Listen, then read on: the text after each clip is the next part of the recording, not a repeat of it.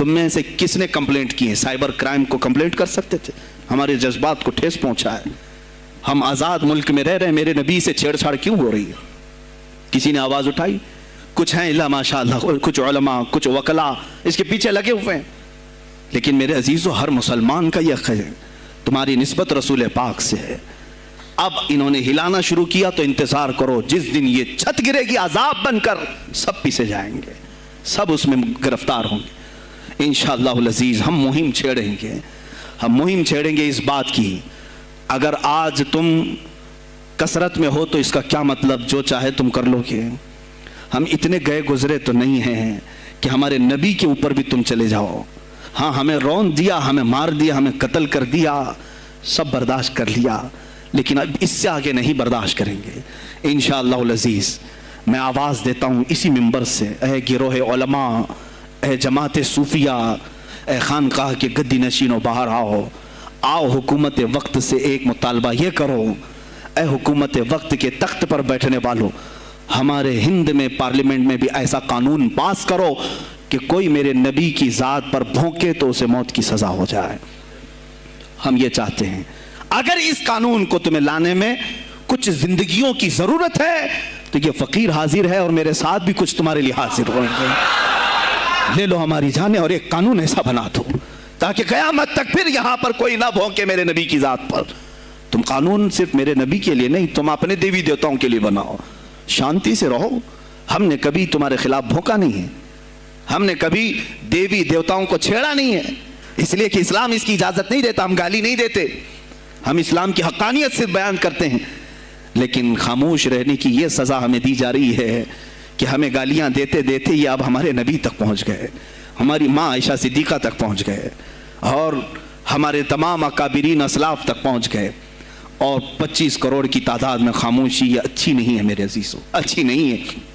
آج افسوس اسی بات کا ہے, جن کو اللہ تعالیٰ نے اپنے نبی کی نیابت عطا کی ہے وہ نائب رسول ہیں یا کسی خانقاہ کے گد نشین ہیں.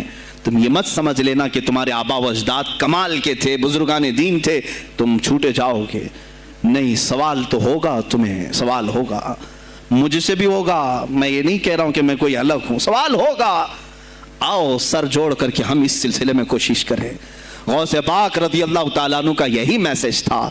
ہندوستان میں شہاب الدین غوری نے جو پرچم اسلام لہرایا وہ آج تک اس کی دین ہے کہ مسلمان زندہ ہیں, مسلمان باقی ہیں. پوری دنیا میں نظام کو صحیح کرنے کے لیے آواز اٹھانا یہ بھی اولیاء کاملین کی بات ہے, ان کی صفات ہیں. صرف اپنی خانقاہ میں اللہ اللہ اور ذکر کرانا ہی ان کا کام نہیں تھا, وہ دلوں کو تو دھلتے ہی تھے, لیکن جو نظام سنبھال رہا ہوتا اس کی باغ ڈور کو بھی دھلتے تھے, اس کی بھی صفائی کرتے تھے. تو اللہ کا ڈر رکھنے والا کرسیوں پر آئے, جو کسی کا خون چوسنے والا نہ آئے. عزیزان گرامی وقار, اپنے سیاسی شعور کو بھی بیدار کرو, سیاست کو سمجھو. تم کب تک استعمال ہوتے رہو گے؟ اب اس میں علماء کو بھی آنا چاہیے کہ ان کے سیاسی شعور کو بیدار کرے. تمہارے ساتھ آج جو کھیل کھیلا جا رہا ہے, تم ہر ایک کی جے وجے کرتے ہوئے ہر پارٹی کے پیچھے جاتے ہو. تم نے آج تک اپنا قائد نہیں ڈھونڈا, اپنا قائد نہیں ڈھونڈا. اور ان کو دیکھو, وہ کہتے ہیں کہ اگر پیٹرول 200 لیٹر بھی ہو جائے تو ہمارے قائد تو یہی ہیں, اس لیے کہ ہمارا ہم مذہب ہے, وہ ہمارے مذہب کی بات کرتا ہے. تمہارا کون ہے میرے عزیز؟ تم کسی پر متفق نہیں ہوتے, اور جو تمہارے لیڈر ہیں وہ کسی اور کے پلو میں چھپے ہوئے ہیں, ہاں کسی اور کی گود میں بیٹھے ہوئے ہیں. جا جا کر کے یہ سارے مسلمانوں کو کسی اور کے ہاں بیچ کر کے آتے ہیں. یہ سیاسی شعور بیدار کرو. مجھے معلوم ہے میری یہ باتوں کا سب سے زیادہ ایکشن کون لے گا, مجھے معلوم ہے. سب سے زیادہ کس کو کھلبلی مچے گی وہ بھی مجھے معلوم ہے. اس لیے کہ میں ان سیکولر پارٹیوں کے بارے میں بول رہا ہوں جو چہرہ سیکولر بتا کر کے ہم آپ سب کے ووٹ لے کر کے چلے جاتے ہیں, اور پھر مجھے بتاؤ جن کو تم اپنا مسیحا سمجھ کر کے ان کے پیچھے جے جے کرتے گھومتے رہتے ہو, تمہارے مذہب پر آج کیا حملے نہیں ہوئے ہیں, کیا نہیں ہوئے؟ کشمیر آج تک جل رہا ہے. کہاں یہ کانگریس کیوں نہیں بات کرتی ہے جو پورے مسلمانوں کی مسیحا ہے؟ کہاں ہے وہ سماجوادی, وہ بی ایس پی, فلاں فلاں فلاں جو پارٹیاں جن میں سب مسلمان جاتے ہیں؟ کیا ان کو اتنا بھی شعور نہیں کہ وہ پارلیمنٹ میں اس کے خلاف بات کریں, کہیں کہ یہ مسلمانوں کے ساتھ ظلم ہو رہا ہے, ہم ان کے ووٹ لیتے ہیں؟ نہیں بات کریں گے, یہ صرف اور صرف تمہیں استعمال کرتے ہیں. اور انہیں معلوم بھی ہے ہم نے ان سب کو خریدا ہے، ان کے لیڈروں کے منہ میں اپنی زبان رکھی ہوئی، یہ کوئی بولے گا نہیں، انہیں معلوم ہے، تمہیں یہ اندازہ نہیں میرے عزیزو۔ آج میں بولوں تو لوگوں کو تکلیف ہوگی، کشمیر کے ایسے حالات ہیں، رو رہے ہیں وہاں پر۔ ایک مولانا ہے، مسجد کے امام ہیں، انہوں نے کہا، باضابطہ حلفیہ کہا نوجوان میرے پاس نماز کے لیے آتا تھا، اس نے یہ کہا کہ حضرت کیا سوسائڈ کرنے کی اجازت ہے؟ کہا کیوں؟ کہا میرے گھر میں کچھ لوگ داخل ہوئے، میں ان کا نام ذکر نہیں کر رہا ہوں، کچھ لوگ داخل ہوئے، مجھے ہاتھ باندھ کر کے کھڑا کیا، میری ماں اور میری بہن کو ننگا کیا، میرے سامنے کپڑے اتارے اور ان کی عزت لوٹی، اور اس کے بعد مجھے ہاتھ کھول کر کے چھوڑ دیا۔ مجھے بتائیں اس کے بعد بھی جینے کا کوئی مقصد رہتا ہے؟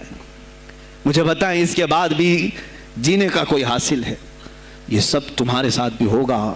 جہاں میجورٹی ان کی مسلمانوں کی تھی وہاں یہ ننگا ناچ کر کے دکھایا ہے، تو یہاں تو تم بہت قلت میں ہو، تمہارے ساتھ بہت کچھ ہو سکتے ہیں، اب بھی اگر خاموش رہے۔ اسی لیے میں بار بار کہتا ہوں، اٹھو وہ گھر نہ حشر نہ ہوگا پھر کبھی، دوڑو کہ زمانہ چال اپنی چل گیا۔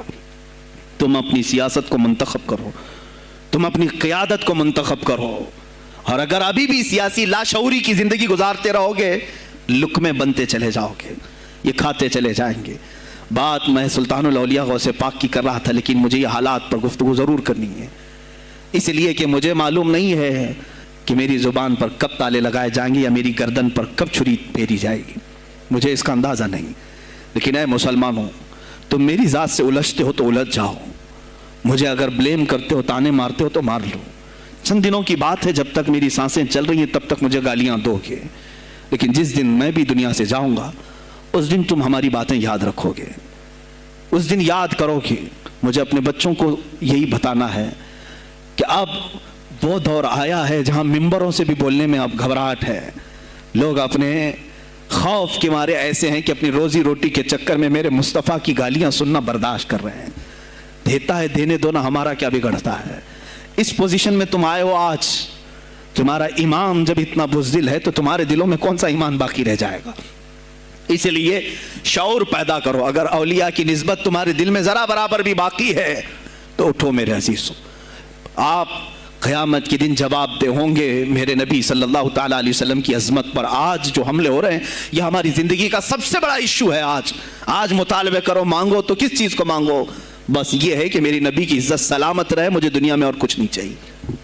اتنا مطالبہ تو کر سکتے ہو، اتنا مطالبہ کرو، اور پھر دیکھو میرے مصطفیٰ کی طرف سے انعام کیا ملے گا، اللہ کی طرف سے انعام کیا ملے گا۔ ارے وہ مرد قلندر جو پاکستان میں ابھی شہید ہوا، کس بات کی کا اعلان کرتا تھا؟ کس کو پکارتا تھا؟ کس کو للکارتا تھا؟ صرف یہی تو بات کرتا تھا کہ تاجدار ختم نبوت، اور میدان میں معذوری کے ساتھ بھی آ کر کہتا تھا لبیک یا رسول اللہ، اے اللہ کے رسول میں حاضر ہوں، اپنی جان لے کر آیا ہوں۔ اور تم یاد رکھنا، تمہاری ٹانگیں تو سلامت ہے، کل بروز قیامت ہو سکتا ہے تمہارا سامنا اس خادم حسین سے ہو، تمہاری ٹانگیں دیکھ کر کے پوچھی جائیں گی۔ معذور ہونے کے بعد جب کوئی میدان میں میرے نبی کی عظمت پر پہرا دینے کے لیے آ سکتا ہے تو تم نے اپنی ٹانگیں کس کام کے لیے رکھی تھی؟ میرے عزیزوں، میں نے جتنی طاقت مجھے اللہ نے دی میں بول رہا ہوں، اب اس کے بعد کا محاذ تمہیں سنبھالنا ہے، آگے کی ہماری فکروں کو تمہیں لے جانا ہے۔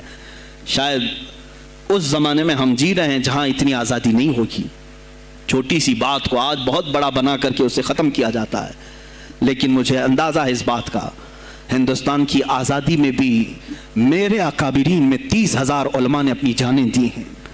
کشمیر سے لے کر دلی تک ہر درخت پر ایک عالم کی لاش لٹکی ہوئی تھی، ان کی جانیں، ان کی قربانیاں رائے گاہ نہیں گئیں۔ 70 سال سے ہم مزے لے رہے ہیں، ان کی قربانیاں ہیں یہ۔ علامہ فضل حق خیر آبادی کو انڈمان نکوبار پوری زندگی کے لیے قید کر کے ختم کر دیا گیا، مزار بھی وہیں پر ہے آج۔ تو آج مجھے اندازہ ہے اگر میں نے اس بات کی شروعات کی ہے، ہو سکتا ہے یہ جو کچھ بھی ہمارے ساتھ کریں، لیکن مجھے میرے رب ذوالجلال کی ذات پر یقین ہے۔ میں یہی کہوں گا، اے اللہ، اگر ہمارے مقدر میں شہادت ہے تو اس سے بہتر کوئی اور موت ہے نہیں۔ اے رب ذوالجلال، اس حالت میں دنیا سے اٹھا جب تو ہم سے راضی ہو۔ اگر تو نے ہمارے لیے ایک لمحے کے لیے بھی ناراضی ہے، مولا پھر ہمیں مہلت دے دے کہ تجھے راضی کر کے جائیں۔ تجھے راضی کر کے جائے. میرے مصطفیٰ صلی اللہ تعالیٰ علیہ وسلم کو قبر میں ہمیں دیکھنا ہے، اس لیے ہم قبر میں جا رہے ہیں، لیکن اس حال میں دنیا سے جائیں کہ ان کی عظمت پر کچھ بول تو سکیں، ان کی ناموس پہ کچھ کر تو سکیں. عزیزان گرامی، سلطان الاولیاء شہنشاہ بغداد رضی اللہ تعالیٰ عنہ کی ذات پر جو ان کی کرامات ہیں وہ ساری چیزیں پھر کبھی میں ذکر کروں گا. آج اسی پر میں اختتام کرتا ہوں. اسی پر جیو اور اسی پر مرو. انہیں جانا انہیں مانا، نہ رکھا غیر سے کھا. للہ الحمد میں دنیا سے مسلمان گیا. آج لے ان کی پناہ، آج مدد مانگ ان سے، پھر نہ مانیں گے قیامت میں اگر مان گیا. اس لیے کہ رسول پاک صلی اللہ تعالیٰ علیہ وسلم کے سوا کوئی اس قیامت کے میدان میں تمہارا دستگیر نہیں ہے. جب تک وہ تیری سفارش نہ کریں اللہ بھی تجھ سے کلام کرنے والا نہیں ہے. جب امام اہل سنت نے یہاں تک کہہ دیا خلیل و نجی مسیح و صفی سبھی سے کہیں نہ بنی، یہ بے خبری کی خلق پھری کہاں سے کہاں تمہارے لیے، رسول پاک ہی کے لیے تم وہاں پر بھی اٹھائے جاؤ گے.